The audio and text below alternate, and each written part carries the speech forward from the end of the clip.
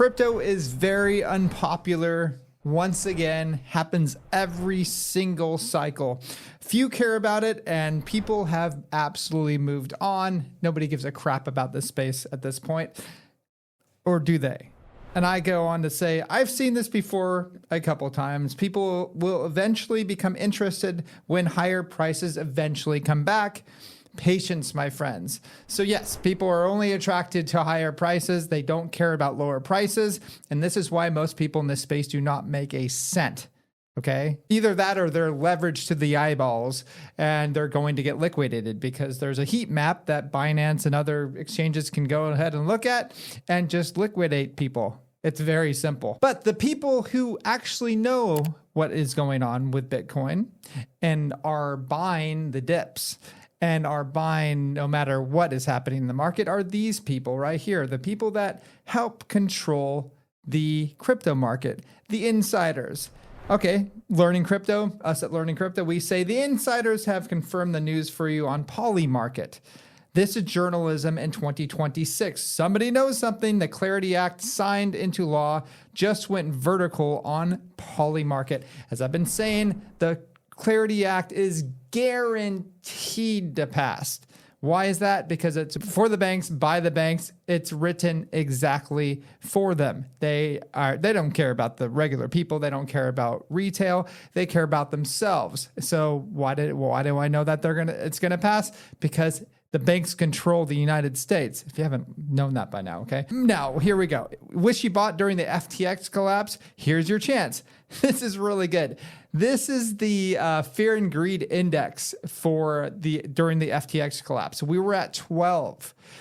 Right now, we're around 8 or 9. It's probably 7 to 9 right now. I actually didn't check over the past 20 minutes, but that's kind of where we're at now. So we're below the FTX sentiment, which was a fantastic buy. If you don't remember, during that time, Bitcoin traded around 20,000 to 15,500. Meanwhile, people were calling for 9,000, 10,000, 7,000. I saw some $3,000, $2,000 Bitcoin. That was near the bottom, by the way. So am I saying this is near the bottom? No, absolutely not. But that is why we are buying the dips. We are dollar cost averaging on the way down. By the way, before I forget, like and subscribe these videos, okay? Because it really helps us out. So the majority of people here are not subscribed. So subscribe, please. Thank you. Okay, let's go on to Nick Crypto saying buying Bitcoin in extreme fear is not the best call. It's exactly the opposite of what I've been saying. Historically, buying the fear and greed index is below 25, has yielded average 90-day forward returns of just 2.4%. By contrast, buying in extreme greed has 90-day returns of 95%. So he goes on to say the fear and greed index is nothing but a backward-looking momentum indicator. It's less relevant for predicting returns. I'm not in it to predict returns here, but here's what he's saying. If you're a short-term trader, the fear and greed index, the more greed there is in the market, the more you're probably going to make over the short term, okay? But that is really risky because you don't know where the top is, because the higher the greed is, the more parabolic the prices are usually going, the more volatility is usually happening on the upside. So it's kind of easy because there's a ton of volume going on in the market during those times. But I'm dollar cost averaging for the long run. So these short-term gains that most people are interested in aren't going to give you like generational wealth. This channel, like we started this channel to help people get generational wealth. This isn't something that just goes away in time. This is something that you can pass down to generations and generations. We're not in this for 90 days. I'm not in this for 2 years, 5 years, 10 years. No. I'm in this for the long run. That's why you have best investors in the world that are investing for decades. Like Warren Buffett, he turned $150,000 into billions and billions and billions of dollars over the long run because he's a value investor, and that is what we are. That's why we at Learning Crypto, we teach people how to do that. Okay, so I digress. let's go on to Willy Woo, who's kind of losing the plot here. He says gold is a hedge against inflation and deflation. I disagree with that. And you know what? You can hate me all you want, but I did call the top of the gold and silver market, and I told people, be careful. I think this thing's going to collapse, and it did collapse. Now we're at 75, and I was calling that at $122 an ounce. Okay? So listen to me.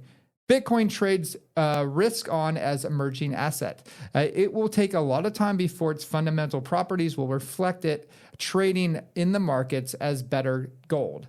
It's by far better than gold. What are you talking about, bro? You don't even know. He's talking about paper gold, okay? He doesn't understand that there's physical gold that isn't really traded, and it's very difficult to tell if this gold is actually real. I say gold is up a measly 4x during the largest monetary expansion the world has ever seen. Meanwhile, Bitcoin is up 20,000% during the same time, and you say it's not a hedge? What has gone it into you, Willie? He says 200x is not a hedge. It's a risk on bet on an emerging asset similar to gains seen in emerging tech. 4x is what you'd expect from a hedge asset. Actually, no, that's wrong, because there's many things out there that have done, 4x, 5x that aren't gold or silver, that aren't actually inflation hedges. Bitcoin, on the other hand, is an inelastic asset, which Willie seems to have forgotten, that there's only 21 million, that you can send it anywhere on Earth at any time, and it does great during monetary inflation, which is why during the Genesis block, during the time where the U.S. was bailing out banks, printing trillions and trillions and trillions, that is when Bitcoin emerged. And there's a reason why they have on the front of the Genesis block of the banker bailouts, because Satoshi's like, you know what? Screw this. Here's a brand new currency. Have fun, world. And just pretty much the middle finger to the banks. And that is why banks and governments are so bent on buying as much Bitcoin as possible, because they understand inflation. They understand that they cannot control Bitcoin like they can fully control gold and silver markets. As I've talked before, I can go on a tangent on this one, but I've been studying the gold and silver market for over 2 decades now, and I understand how manipulative banks have been with those markets. And that is why I trust Bitcoin, because I can look at a distributed ledger, can see exactly how many Bitcoin are out there at any given time, and I know its monetary policy for the next 10,000 years. That is amazing, okay? But Virtual Bacon gets it. He says, Bitcoin 50% off all-time highs, and people are scared to buy. Same people will be begging to get in when we're back to $120,000. And you know who else is buying? JP Morgan will now accept Bitcoin as collateral for loans. Just as I said, big banks know what's up. Big money, smart money. Countries, central banks know exactly what's going to be happening in the future. With that said, like and subscribe, and I will talk to you guys soon.